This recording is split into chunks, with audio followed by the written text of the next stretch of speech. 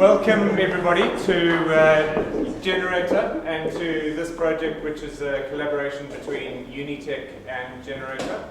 And this is number 5, I think, in the speaker series that we've put on. And we've had a range of different people, everyone from service designers to usability specialists. We have some architects coming up. We have Andy Hamilton from the Ice House coming up in the next month or so. Now, what this project is all around is that it is getting a group of students from Unitec, from a range of different disciplines. So we have everything from architecture, landscape architecture, operations, HR, spatial design, and we may have a few others next semester. But what they're tasked with doing is looking at the generator concept. So that's the shared space typology.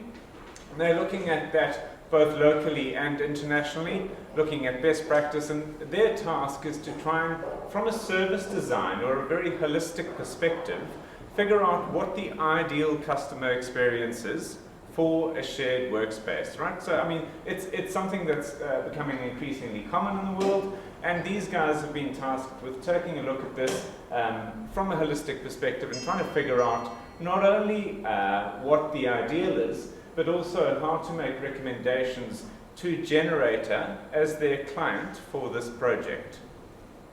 So for them, it's a really good opportunity to work not only on a live brief with a client that is regularly present, but also to work with other students from disciplines that are quite different from their own, right? And to start to see, for example, what someone in spatial does versus someone in landscape architecture, or what the concerns are of the person in IT are versus the concerns of the person in operations. And how do we pull that all together at the end to make some sort of sensible recommendations to the client, in this case Generator, in terms of how they might improve this concept moving forward. That's not only for here, but also local and international expansion. So, as part of the series, we're inviting a whole bunch of people to come in and talk, usually on topics that are related to what the students are doing. And I'm very happy, or very privileged, I think we are this evening, to have Russel Douglas, who heads up Interactive at DesignWorks, to talk to us across a range of different examples of how digital can support the customer experience. I'm not going to give more introduction than that, because I'll probably get it all wrong, and Russ will need to correct me. But what I'll do is I'll just leave you in Russ's capable hands. At some point, Russ has some videos to show, at which point I'm probably going to do the mood lighting that we had earlier. So just bear with us for that. It's difficult to control the lighting in here otherwise. We have cranked the aircon up as much as we possibly can. If you're about to expire, the door is just over there. Take a short breather and come back and join us again. Otherwise, I'll hand you over to Russ. I hope you enjoy it, and thanks for coming along. It's great to be here. Thank you very much for having me. This talk is predominantly aimed at 10 very lucky students, in my mind, very lucky students that have got this gig. I'm going to talk about how digital can better connect the Generator community overall. But hopefully there's enough of interest here for those that are a little bit long in the tooth, like myself. So speaking of which, I was very lucky to work with Alan Fletcher many years ago, and I know the students aren't familiar with who Alan Fletcher is, so I'll explain who the chap is. He's probably one of the most prolific designers of our generation, of our time. He set up Pentagram back in the 70s, actually the year I was born, which I'm clearly not going to tell you.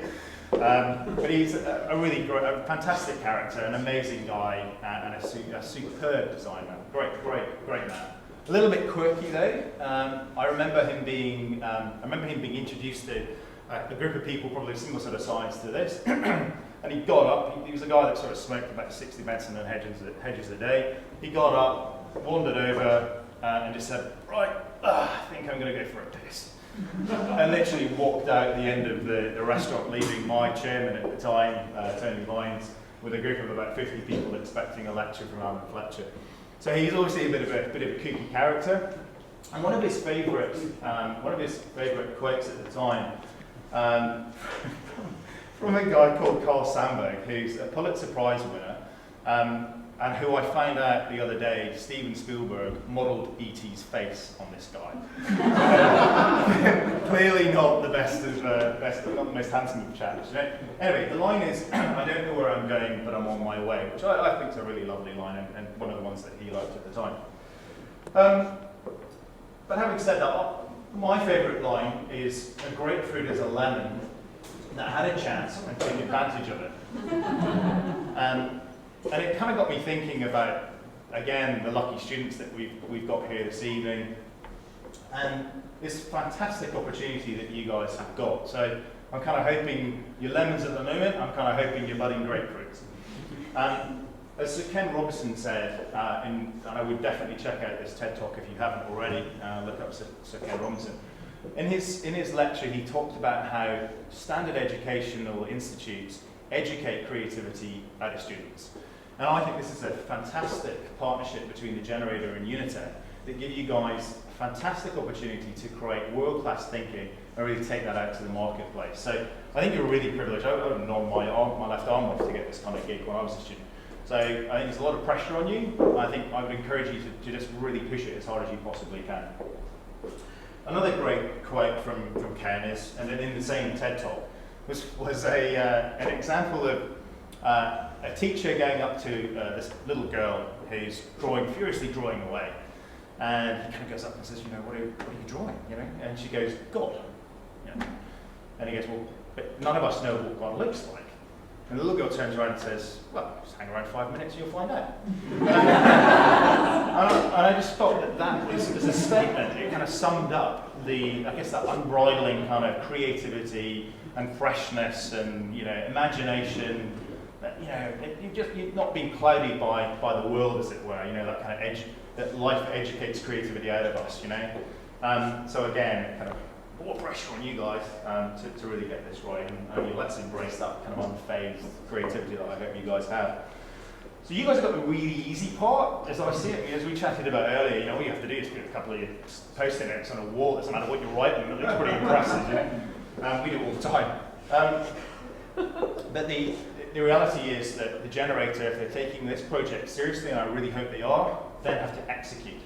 And I think execution is actually one of the most difficult aspects of any project, and we find that with clients all the time, that it's not so much the Imagineering, it's actually then the execution that's the real problem, and it's generally when kind of projects start to go awry.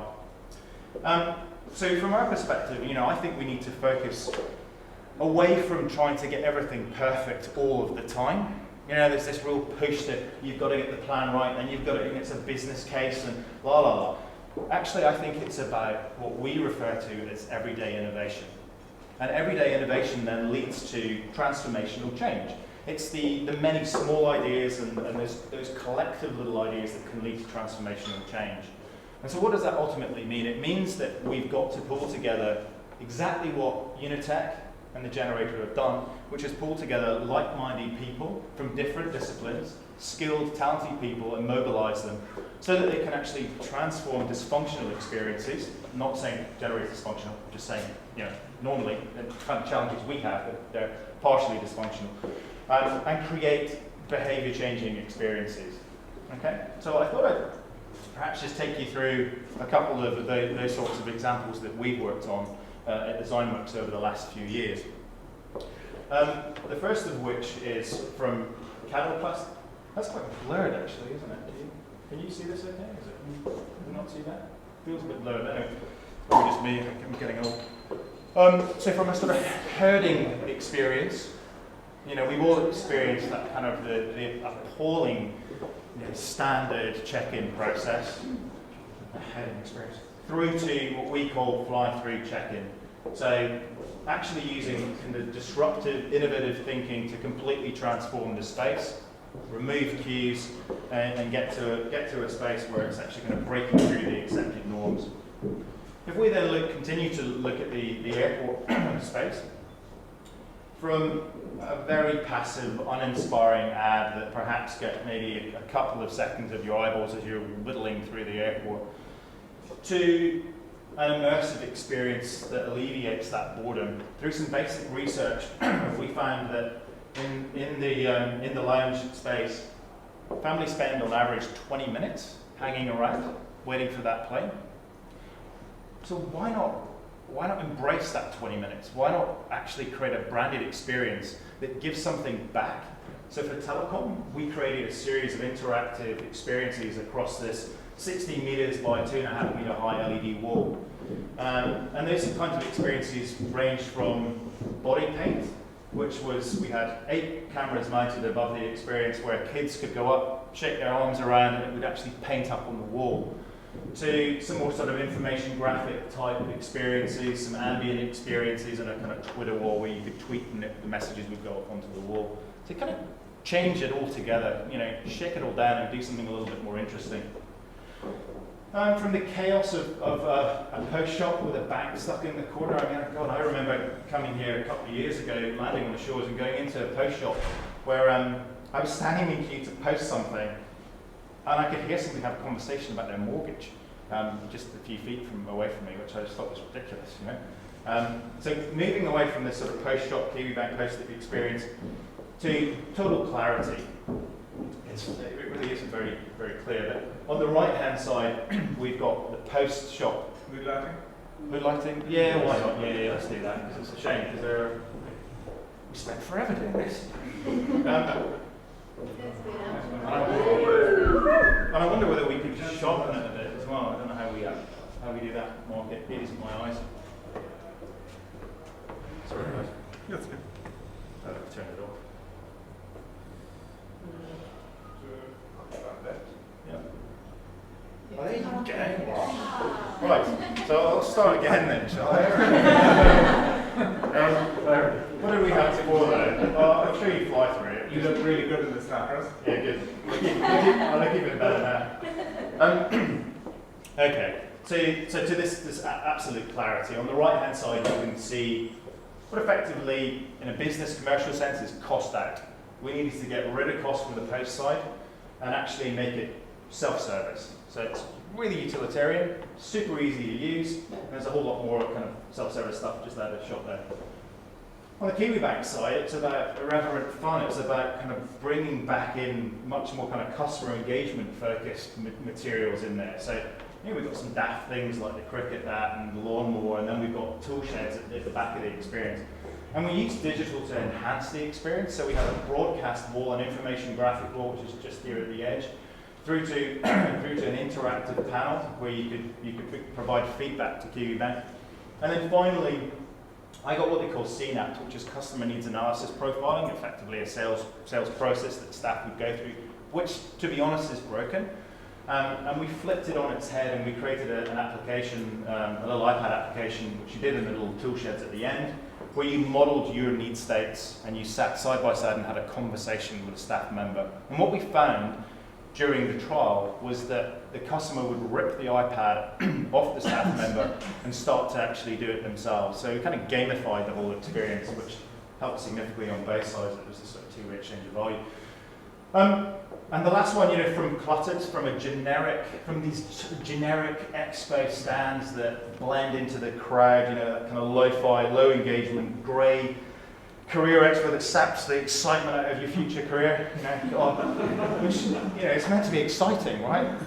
That does not inspire me, to stand out. And we created what I think is an inspiring educational experience for Unitec. We were literally briefed on a website initially, and during the process and ideating with the client, we actually were able to create a fully immersive experience. That everything that we did was basically backed up by their brand promise, which is to reframing learning to create highly productive talent. So I'll explain a little bit about that in a second. But within the context of this presentation, it's not about digital as this add-on. it's not about it as a separate piece. It's actually about baking digital into the overall customer journey and making sure that actually what you do is you ideate with this multidisciplinary team, and that's something we've been striving hard to pull into DesignWorks over the last couple of years.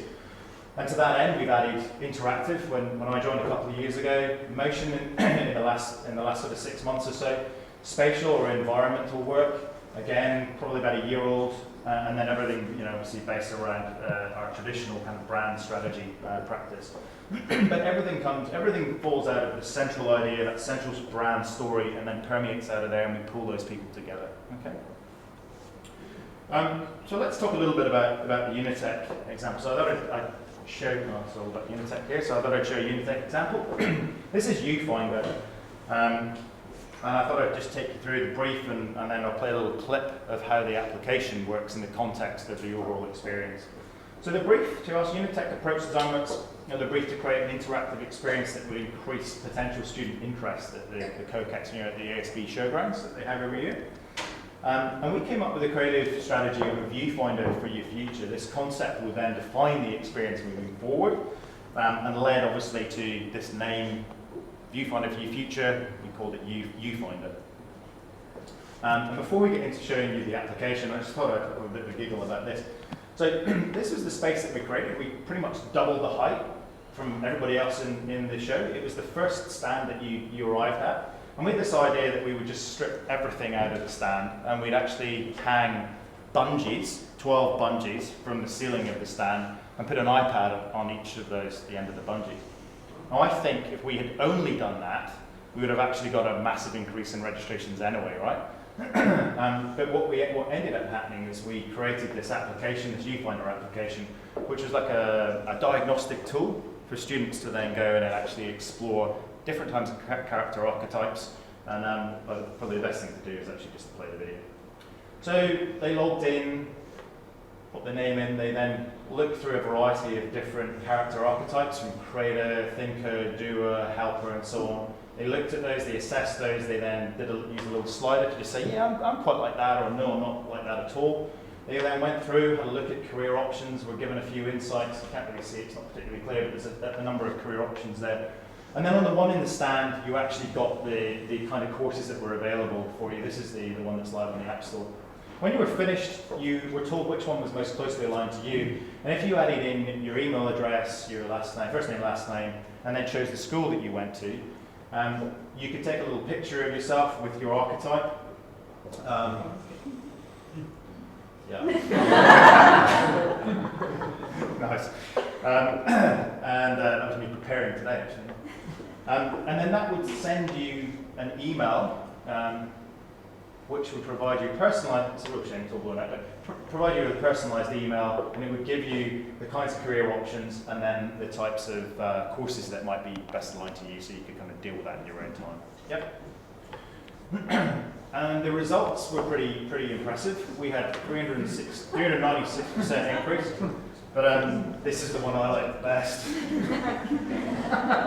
It's incredible what you can do with candy. It's like Chitty Chitty Bang Bang all over again. But actually, I guess one of the key things for us was, and this is just one of the bits of data that's not too sensitive, I think it was, the smarts behind this was the ability to collect data and then interpret that data as we put it back into the Unitec team, so that they could start to create smart. I guess it's all about perpetual beta. It's all about continually evolving your business, your offer, and making sure that you're using this data to then drive innovation in your business. That everyday innovation leading to transformational change. So, not that I can see you, but and I don't want to let them. Who actually does their best work at their office these days, at their own workstation? I would pretty much say that none of us do. I certainly don't. I go and lock myself away in a room if I want to get anything sensible done, or I'll work from home, or I'll work in a hotel, or there's all sorts of different places that I end up finding myself working and doing my best work. But it's generally not my desk at the office. Which I think is an interesting point. So I think it's safe to assume that we're all up for change, and even here there is room to improve, which obviously the guys are looking at. So if we look at the landscape overall, I think expectations are changing. Beyond the salary, although my team would clearly disagree. The team, we're starting to get into a space where we need more things around. Really nice eating facilities in the office. We need to have flexible hours. We need to have gym, daycare, all those sorts of great things. Standard hours are completely obsolete, and I think job security is completely gone these days as well. And our workforce is global. We've got clients in LA, in Hamburg. We deal with partners across the SDW network, which again is pretty much global, and our teams across Australasia. We're working in different time zones and different sort of pace these days. I also think that everyday technology is also changing. So we're now pretty much in a space where I quite like this line where we've got our office in our pants. Your office isn't very far away. And I start to get the jitters when my phone is more than a couple of meters away. To that point. My wife actually thinks I should have my phone kind of strapped to my hand or strapped to my body at some point. So I think I need a digital detox coming up. Joking aside, I think there is a big trend here. I think the idea that yes, we have these things in our pockets all the time. It's never more than a couple of meters away. Well, one of the guys at work today, one of these pebbles arrived through the door, the new watch, and it's it tells it kind of gives him a little notification if he's got a call coming in. And his phone can be a few meters away, and he can go and get his phone. So he can be in a meeting with his phone on his desk and then kind of go off and get it. It will give him indication of when a text message is coming. And there's kinds of things. And I know that Apple are investing, and there are rumours that they're going to get into this market as well. So I think there's a big push in that. So seeing digital with Google Glass, But I actually think there's a better way to communicate, and that's speech. And again, I know Google and Apple are investing heavily in that space. So I think that's certainly an area we should be looking out for. Here's the good news. Shared space culture works. We did a little bit of research, and it's pretty decent stats. Effectively, we've got 2,500 co-working spaces available worldwide now, where that's doubling or has doubled every year since 2006. But more interesting to me is actually the effectiveness. And the effectiveness here, these stats are fantastic. 62% said that their work had actually improved. 71% reported a boost in productivity. And staggeringly 90% said they got a self-confidence boost, which this report from DeskMag seems to claim that it's mostly to do with a supportive community that enable that kind of creative collaboration. So again, looking at students, what a fantastic opportunity to start to use different offerings, digital being one of them, to create far better connections across the generator. So if it ain't broken, why fix it? Or as I much prefer, if it ain't broken, let's just keep battering away anyway. So I thought I'd share another little video with you, which is some work that we did with Gen I. They interestingly came to us and asked us to imagineer a future state a couple of years from now, maybe a bit more actually, looking at this video. And how the future might affect their business. And so this is one of the videos from that series.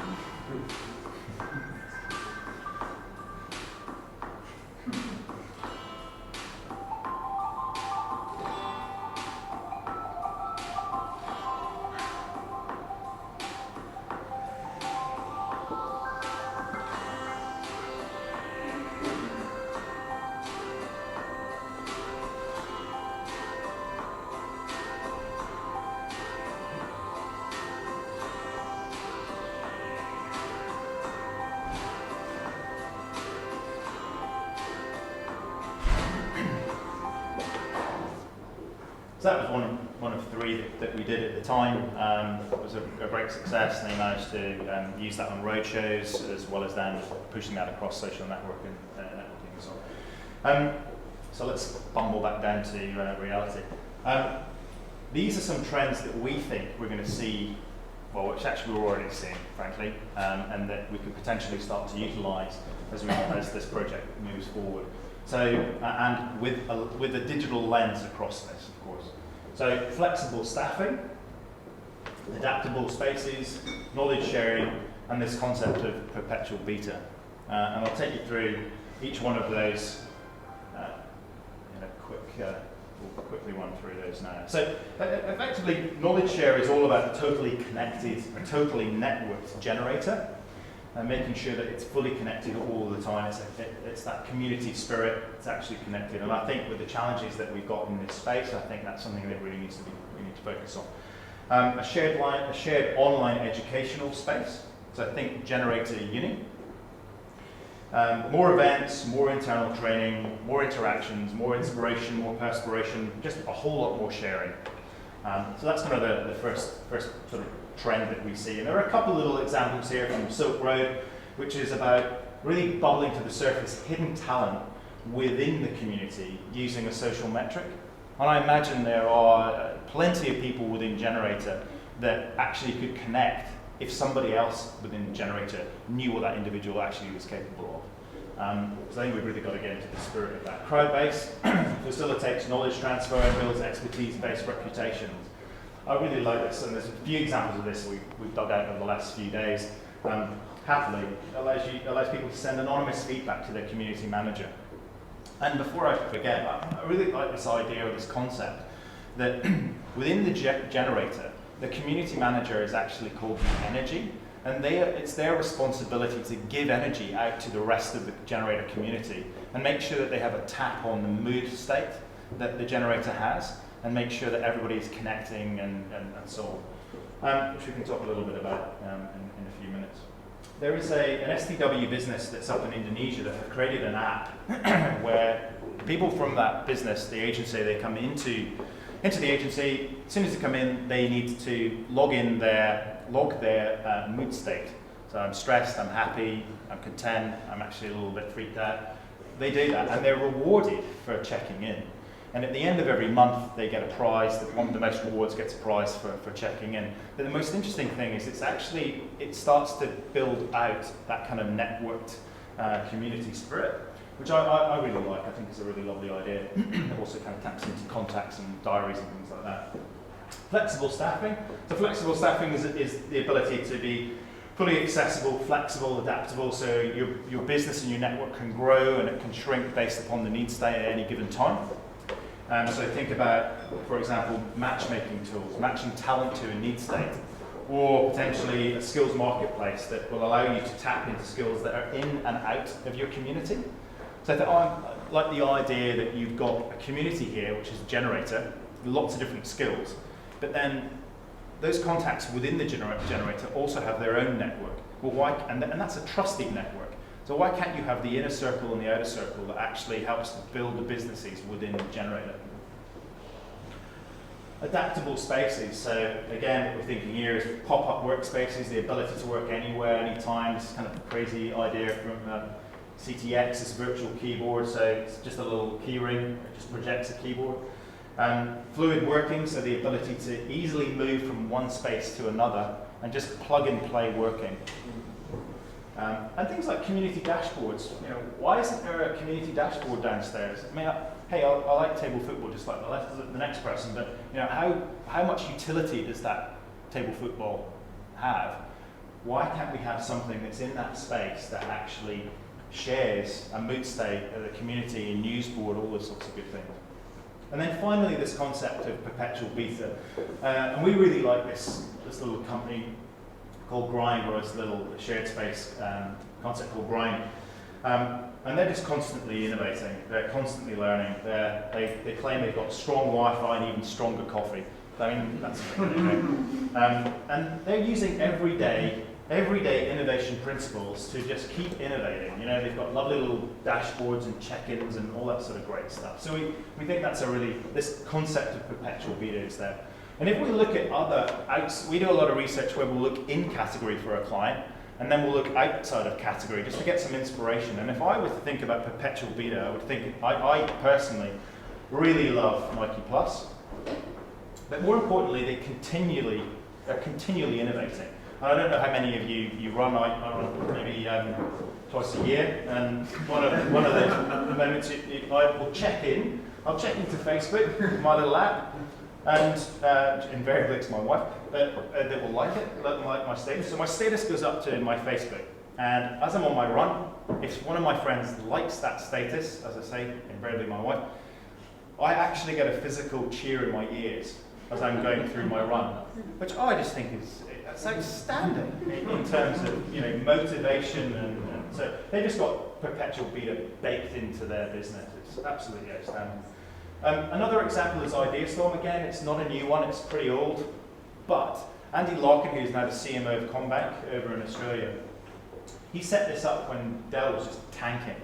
And the principal idea here is that you post an idea that you'd like to become reality. The crowd, the community then vote on that idea. If that idea has got a lot of votes, it then gets put into R&D. If it gets through R&D, it actually gets put into production. And I just think of that as a principle, a crowdsourcing principle, I think is just, again, perpetual beta. It's just so user-focused, so user-centric.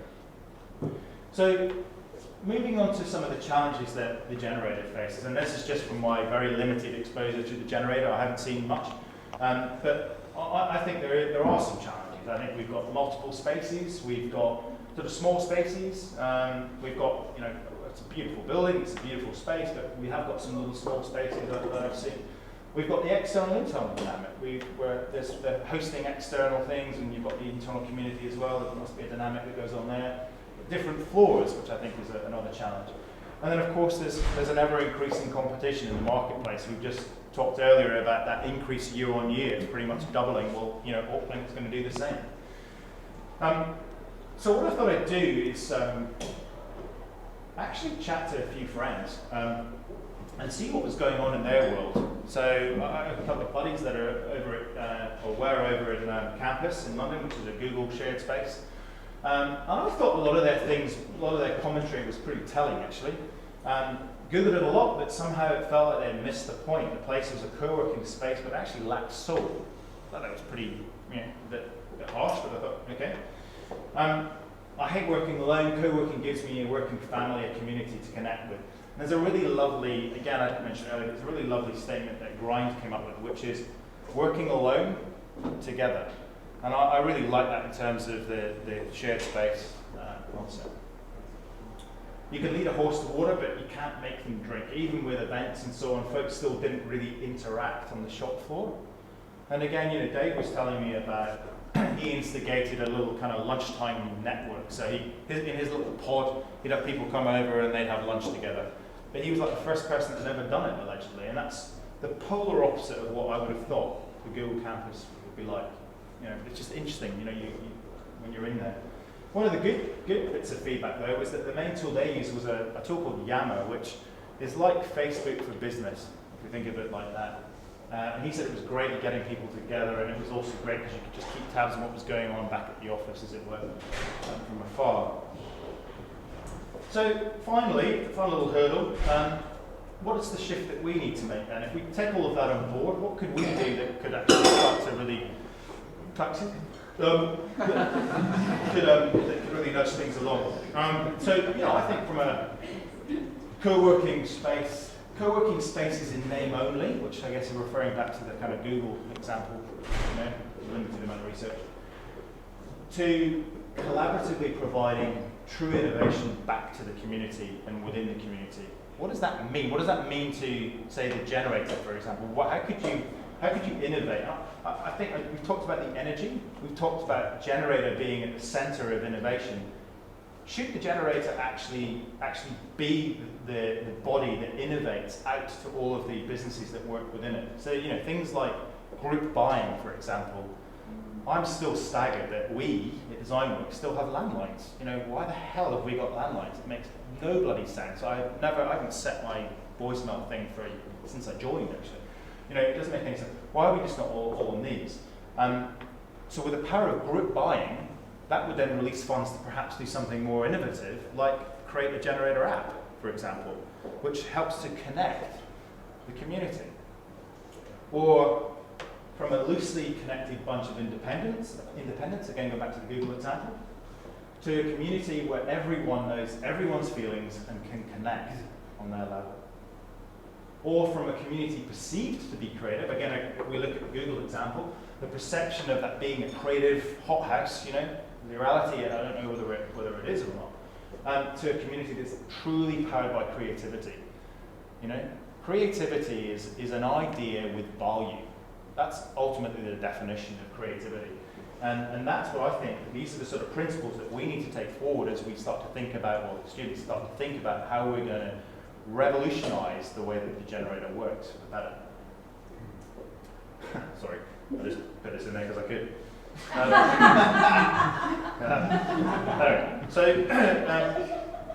I think what we need to do is we need to create an ecosystem, what we call an ecosystem of value around the generator community.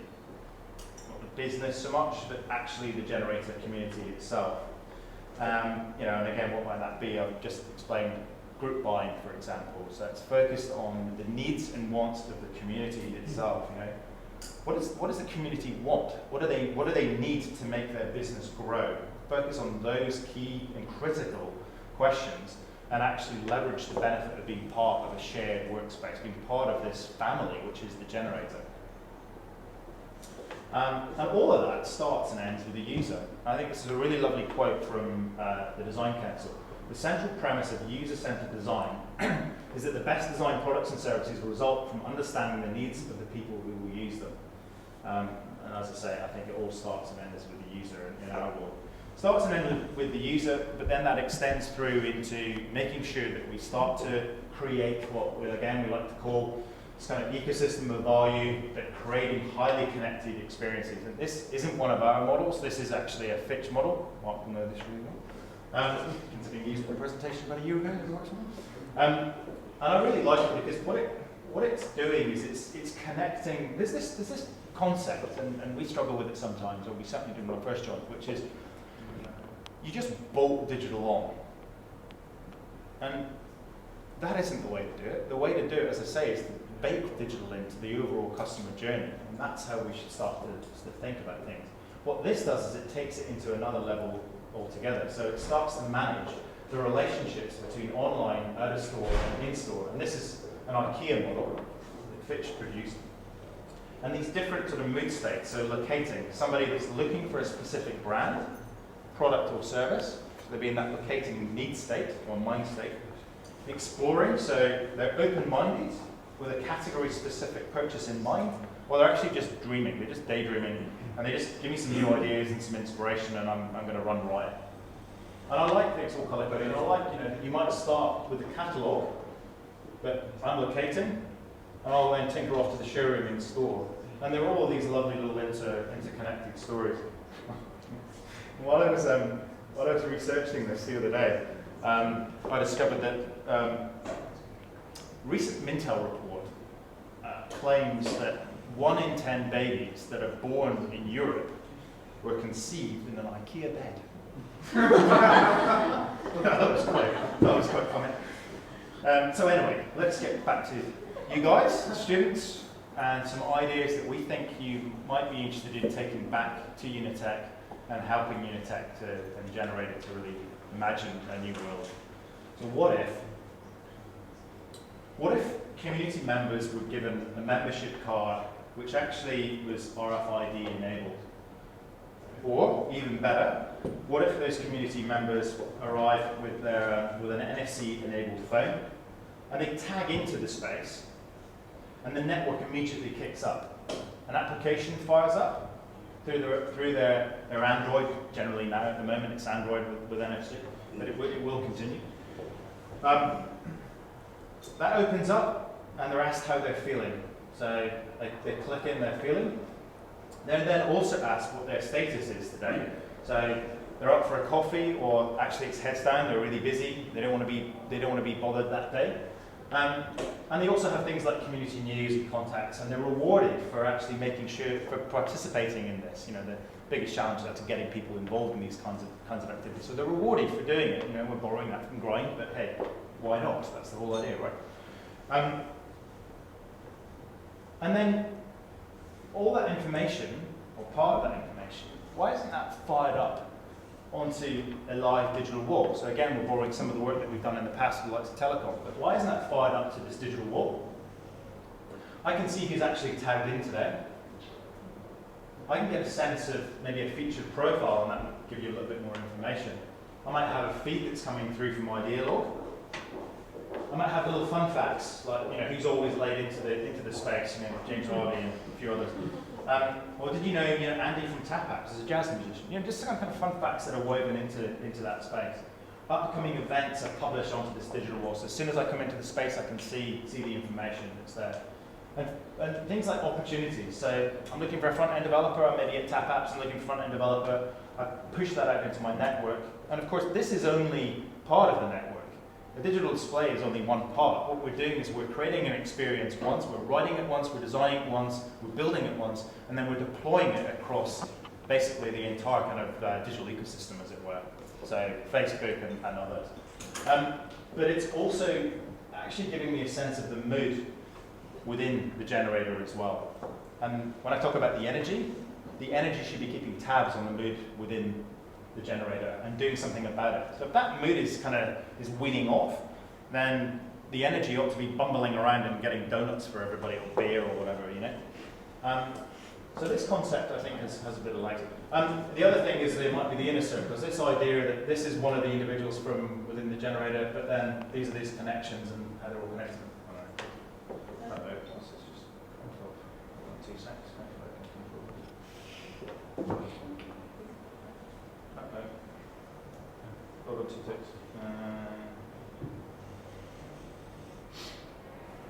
Last two slides, so I might just slide 5.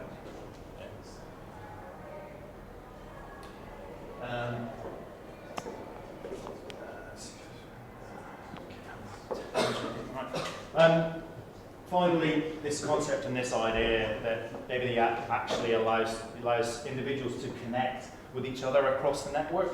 But again, that idea of it being an extended network, so we can move into my known contacts and then my contacts, which is a trusted. It's a bit like, you know, if you wanted a plumber, you don't generally go to Yellow Pages, you go to a mate, you know, it's a really good plumber, and then they'll send them around. It's exactly the same concept.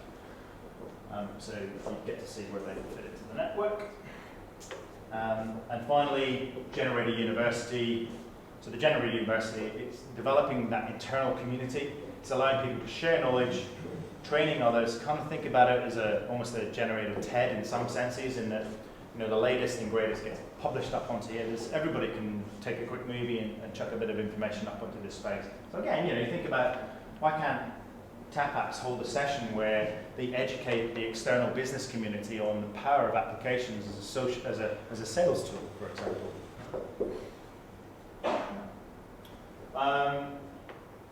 Yeah, final couple of slides. You know, the only place success comes before work is in the dictionary, and I think, you know, ultimately that's a challenge back to the students again. And finally, good luck to our merry little band of lemons. I hope you can all become great freaks. Thanks very much.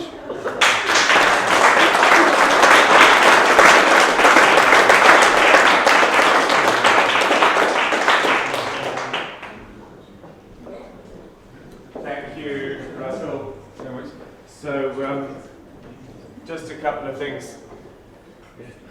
One, firstly, I'd like to thank you for your talk. You've clearly put a tremendous amount of time into it.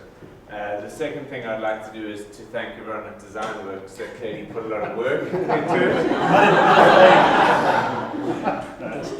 It's very evident. So thank you guys. What I would like to do is, if we could maybe just have kind of 2 or 3 questions for Russell, and then we can break and we can have a couple of drinks after that, and you're welcome to interrogate him more after that. Yeah. But if we could just start with a couple of questions. Anyone have any questions that they'd like to ask?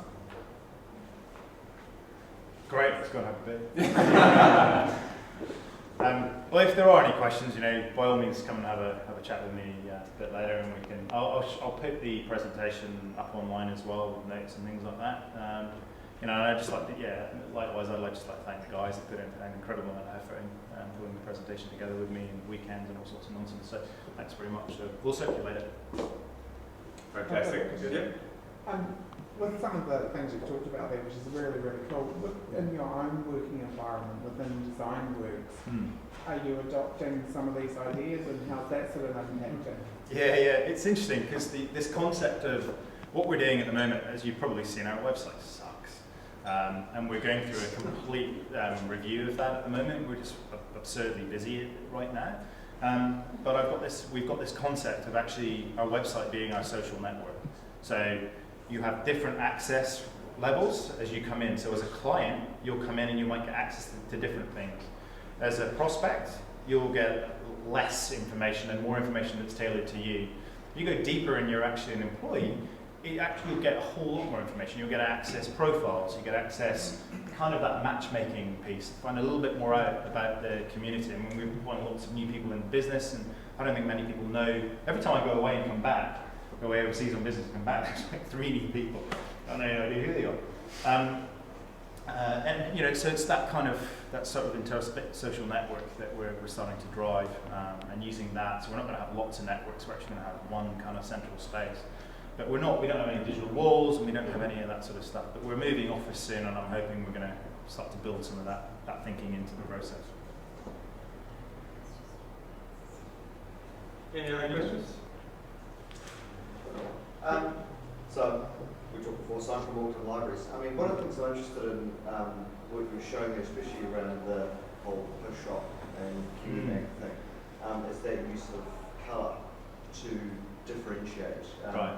Libraries are notorious at signage, creating lots of wordy signs which often don't necessarily inform people. Right.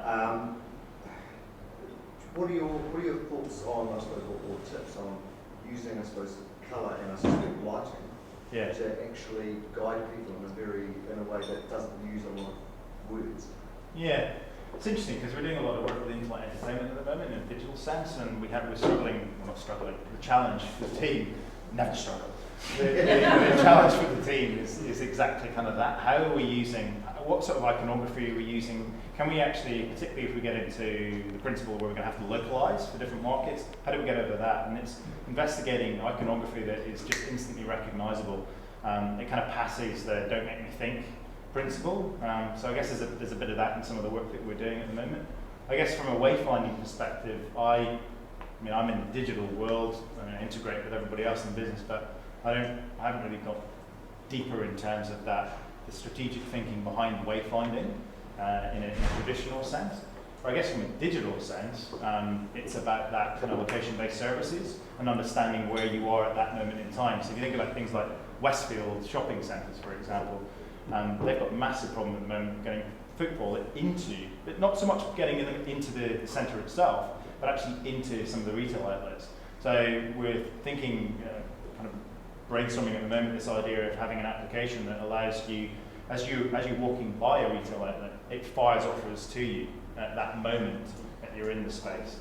So there's maybe some sort of connection there. As you're going through the library, you may be given a sense of map or some sort of something. One final question? No? Good. Fantastic. Thanks very much. Just final round of applause for Russell there.